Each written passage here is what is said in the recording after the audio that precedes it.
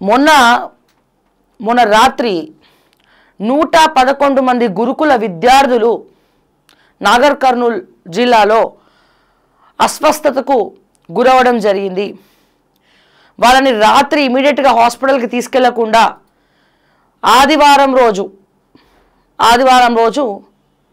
దొంగల వలన 6 నెలల కుక్కలు మురిగినట్టు ఇమీడియట్గా తీసుకెళ్ళి హాస్పిటల్ అడ్మిట్ చేయకుండా అర్ధరాత్రి పూట నెక్స్ట్ డే కొంచెం సేపు చూసిన తర్వాత తగ్గితే చూద్దాం అన్నట్టు వ్యవహరించి తీసుకెళ్ళి హాస్పిటల్లో దవాఖానాల అడ్మిట్ చేయడం జరిగింది. మళ్ళీ ఎవరికి తెలియకుండా గుట్టు చప్పుడు కాకుండా అందరూ వస్తున్నారు, ఇది మళ్ళీ సెన్సేషన్ అవుతుందని చెప్పి ఇమీడియట్గా డిశ్చార్జ్ చేసుకొని తీసుకెళ్ళడం జరిగింది.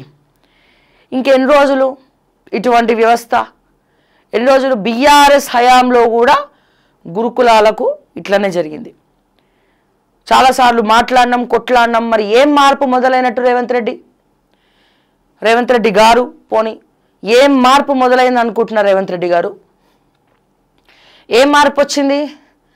కాంగ్రెస్ పార్టీకి ఏమైనా మార్పు వచ్చిందా?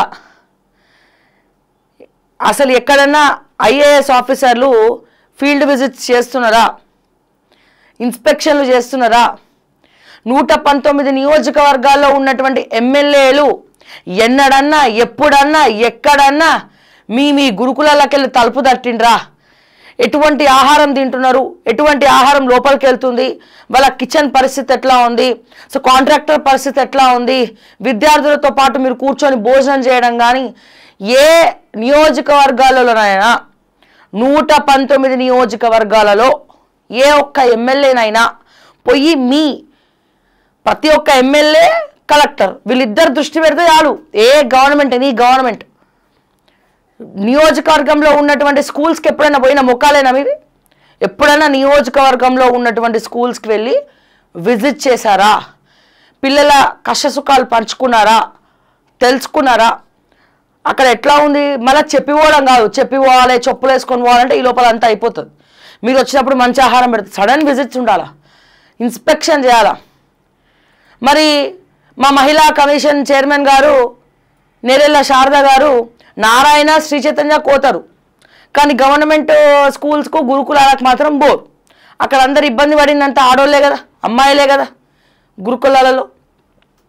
మళ్ళీ మేము కాస్మెటిక్ ఛార్జెస్ పెంచినాం, అద్భుతమైనటువంటి ఆహారం పెడుతున్నాం. ఎట్లా తెలియాలి మీరు అద్భుతమైనటువంటి ఆహారం పెడుతున్నారని? ఇది ఒకటేసారా?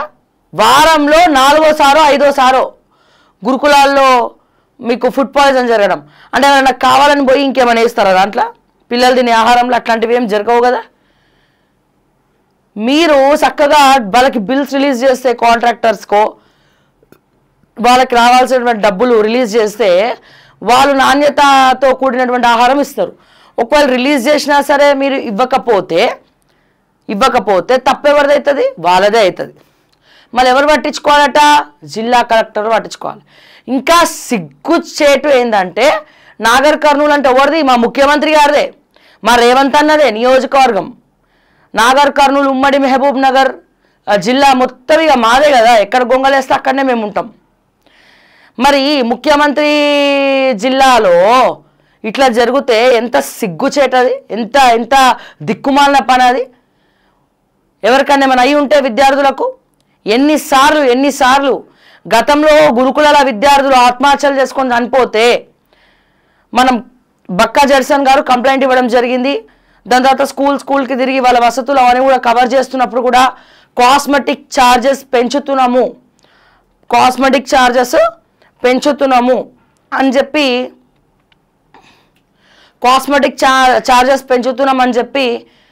మరి పెంచిండు. ఎవరు? రేవంత్ అన్న పెంచిండు, బట్టి విక్రమార్క గారు పెంచిండ్రు, వీళ్ళందరూ కలిసి కాస్మెటిక్ ఛార్జెస్ పెంచారు. మరి పెంచింది ఏంది? పేపర్లకే పరిమితమైనది. అంటే పెద్ద పెద్ద అక్షరాలతోటి కాస్మెటిక్ ఛార్జెస్ పెంచినటువంటి ఫైనాన్స్ మంత్రి, డిప్యూటీ ముఖ్యమంత్రి అంతే. కానీ అది ఎక్కడ పెరిగింది? ఫీల్డ్లో పెరగలే, గ్రౌండ్లో పెరగలే, ఎక్కడ పెరగలే. మా దుద్దిల్ల శ్రీధరబాబు గారు పోతారు ఇప్పుడు రంగారెడ్డి జిల్లాలో. ఎన్నడూ ఎక్కడ ఒక గవర్నమెంట్ స్కూల్లో ఇన్స్పెక్షన్ చేసేది ఉండదు దొర. రిబ్బన్ కట్లు మాత్రం బాగా చేస్తాడు. ఎక్కడ రిబ్బన్ కట్లు? ప్రైవేట్ హాస్పిటల్ రిబ్బన్ కట్ చేయబట్టే ప్రైవేట్ స్కూల్ రిబ్బన్ కట్ చేయబట్టే, కొత్త కొత్త షోరూమ్ బండ్లు వస్తే వాటికి రిబ్బన్ కట్లు చేయబట్టే మా ముఖ్యమంత్రి రేవంత్ రెడ్డి గారేమో ఇక వరంగల్ పోయో ఇంకెక్కడ పోయో మెడికవర్ హాస్పిటల్స్ లాంటివి ప్రైవేట్ హాస్పిటల్స్ రిబ్బన్ కట్లు చేయబట్టే. ముఖ్యమంత్రి నడిచిన బాటలనే వీళ్ళందరూ కూడా నడుస్తూ ఉన్నారు. కేవలం ఈ అధికార పార్టీయే కాదు, ప్రతిపక్ష పార్టీ ఎమ్మెల్యేలు కూడా గదే పని ఉన్నారు. ఇక ఎంత ఘోరం అంటే ఒకటి పల్సర్ బైక్ బుల్లెట్ బైక్ కొనుక్కొస్తాడట, షోరూమ్ నుండి ఆ బుల్లెట్ బైక్ ఆ ఎమ్మెల్యే ఉన్న ఇంటికే తీసుకుపోతాడట, దానికి మొత్తం రిబ్బన్లు కట్టి మళ్ళీ ఆ ఎమ్మెల్యే ముందర ఏదో దేవుడు అయినట్టు మళ్ళీ ఆ నిమ్మకాయలు పెట్టి ఆ తొక్కిస్తే ఈయన వచ్చి కట్ చేసి ఆ బుల్లెట్ బండెక్కి ఎక్కేద్దామా అని చెప్పి ఆ పాట పాడుకుంటూ అటు ఇటు తిరిగేసి ఆ రిబ్బన్ కట్ అయిపోయింది, ఓపెనింగ్ అయిపోయింది అని అంటారు. కానీ అదే నియోజకవర్గంలో ఎమ్మెల్యే ఎన్ని స్కూల్స్ ఉన్నాయి, ఆయన నియోజకవర్గంలో ఎన్ని గురుకుల హాస్టల్స్ ఉన్నాయి, ఎన్ని రెసిడెన్షియల్ హాస్టల్స్ ఉన్నాయి, దాంట్లో వసతులు ఎట్లా పాడైనాయి, బాత్రూమ్స్ ఎట్లు ఉన్నాయి, ఇప్పుడు వచ్చింది వర్షాకాలము, పిల్లలు ఎట్లుంటున్నారు, ఎట్లా తింటున్నారు, ఎట్లా పంటున్నారు, ఈ వర్షాకాలంలో చలికాలంలో రోగాలు వైరల్ ఫీవర్స్ ఎక్కువ అవుతాయి, పరిసర ప్రాంతాలు నీట్గా ఉన్నాయా లేవా అనేది ఎక్కడ చూడరు, ఎక్కడ కనబడు. ఇప్పుడు నాకు అనిపిస్తూ ఉంటుంది, ఇప్పుడు దగ్గరలో చెప్పాలంటే పటాన్చెరు నియోజకవర్గం ఉన్నది, అధికార పార్టీ ఇన్ఛార్జ్ ఎవరు, కాటా శ్రీనివాస్ గౌడ్. మరి ఎక్కడన్నా ఓడిపోయిన ఎమ్మెల్యేలు కూడా ఆర్మూర్ల వినయ్ రెడ్డి ఉన్నాడు. ఎవరి పెత్తనం నడుస్తుంది అక్కడ, మా వినయ్ అనేది నడుస్తుంది. అదే గెలిచిన వాళ్ళది నడవదు, ఓడిపోయిన వాళ్ళది. ఎందుకంటే అధికారంలో ఎవరు ఉంటే వాళ్ళు గెలిచిన వాడితో సమానం, వాళ్ళది నడుస్తుంది. మరి వీళ్ళు ఎక్కడన్నా ఇన్స్పెక్షన్లు చేసిండ్రా, పోనీ గెలిచిన ఎమ్మెల్యేలన్నా ఇన్స్పెక్షన్లు చేస్తుర్రా, రెసిడెన్షియల్ హాస్టల్స్కి గవర్నమెంట్ హాస్టల్స్కి పోతున్నారా? పటాన్చెర్ల కాటా శ్రీనివాస్ గౌడ్ ఇక వాళ్ళ ఇంటికి పోతారండి ఆ కార్యకర్తలు, స్కార్పియోలు కొంటే, కార్లు కొంటే, బండ్లు కొంటే, ఇక బండ్లు వాళ్ళ ఫేస్బుక్లో Kata Srinivas Goud Facebook page open చేసి చూడండి, సగం మొత్తం బండ్లు వేసుకొని జూయి అని తిరగడం, బ్లాక్ కలర్ కార్ వేసుకొని లేదా వైట్ కలర్ కార్లు వేసుకొని జూయి అని తిరగడం, లేదంటే ఈ ఎవరో కార్యకర్తల చిన్న గలీల కార్లు పెట్టో షోరూమ్కి తీసుకుపోయో రిబ్బన్ కట్లు కాటా శ్రీనివాస్ గౌడ్ దంపతులతోటి చేపియడం. మరి ఫేస్బుక్లో ఏం పెడుతుర్రా నాయన అంటే రిబ్బన్ కట్లు అవి పెడుతురు. ఎవరు రిబ్బన్ కట్ చేస్తే వాళ్ళు హీరోసు. మనం ఏమందాము, మరి అదే కాటా శ్రీనివాస్ గౌడ్ దంపతులు పటాన్చెరు నియోజకవర్గంలో మరి ఇన్స్పెక్షన్కి గురుకులాలలో ఫుడ్ ఎట్లా పెడుతుంది కాంగ్రెస్ పార్టీ అధికార పార్టీ, మిగతా నియోజకవర్గంలో ఎట్లా పెడుతున్నారు, మా నియోజకవర్గంలో ఎట్లుంటుంది? ఎగ్జాంపుల్గా చెప్తున్నా, ఒక్కడు ఇటు ఆదిలాబాద్ మొదలుకొని ఇటు మెదక్ వరకు, రంగారెడ్డి హైదరాబాద్ వరకు కూడా ఒక్కడంటే ఎవరన్నా చూపేయండి ఆ పుణ్యమూర్తి. ఆయనకి మనం గోల్డ్ ఆస్కర్ కాదు, భాస్కర్ కాదు, ఈసారి ఆస్కర్ అవార్డు. ఏ ఒక్క నియోజకవర్గ ఎమ్మెల్యేనైనా రెసిడెన్షియల్ హాస్టల్స్, గురుకులాలు, గవర్నమెంట్ స్కూల్స్ ఎలా ఉన్నాయని చెప్పి ఎవ్వడన్నా పట్టించుకున్న పాపాన పోయిండా? ఎందుకు ఉత్తుగానే కలెక్టర్లు అనాలి, కలెక్టర్లు పోవాలి, జిల్లాలో చాలా స్కూల్స్ ఉంటాయి, ఎమ్మెల్యేలు తిరగాలి, ఫీల్డ్ విజిట్ చేసి వాళ్ళ వినతి పత్రాలు తీసుకొని కలెక్టర్కి రిప్రజెంటేషన్ వేసి అవసరమైతే ఉత్తుగానే వీళ్ళు అన్నిట్లా కమిషన్లు తింటారు కదా ఎమ్మెల్యేలు, వాళ్ళ సొంత పైసలతోటి మరమ్మతులు చేయొచ్చు కదా, ఏమైనా డొనేషన్స్ ఇప్పేయచ్చు కదా, వాళ్ళు చెప్తే ఇయ్యరా? వాళ్ళు తలుచుకుంటే అన్నీ అవుతాయి, కానీ వాళ్ళు తలుచుకోరు. ఎందుకని? ఎక్కడేసిన గొంగలు అక్కడనే ఉండాలి. నెక్స్ట్ టైం గెలిచినప్పుడు మళ్ళీ 100 కోట్లు ఆస్తులు అమ్మి పెట్టాలి, లేదా 100 కోట్లు తీసుకెళ్ళి డొనేట్ చేయాలి, ఓట్లకు నోటు ఇవ్వాలి. కానీ అదే 100 కోట్లు నియోజకవర్గ డెవలప్మెంట్కి పెట్టడానికి శాత కాదు వీళ్ళకి.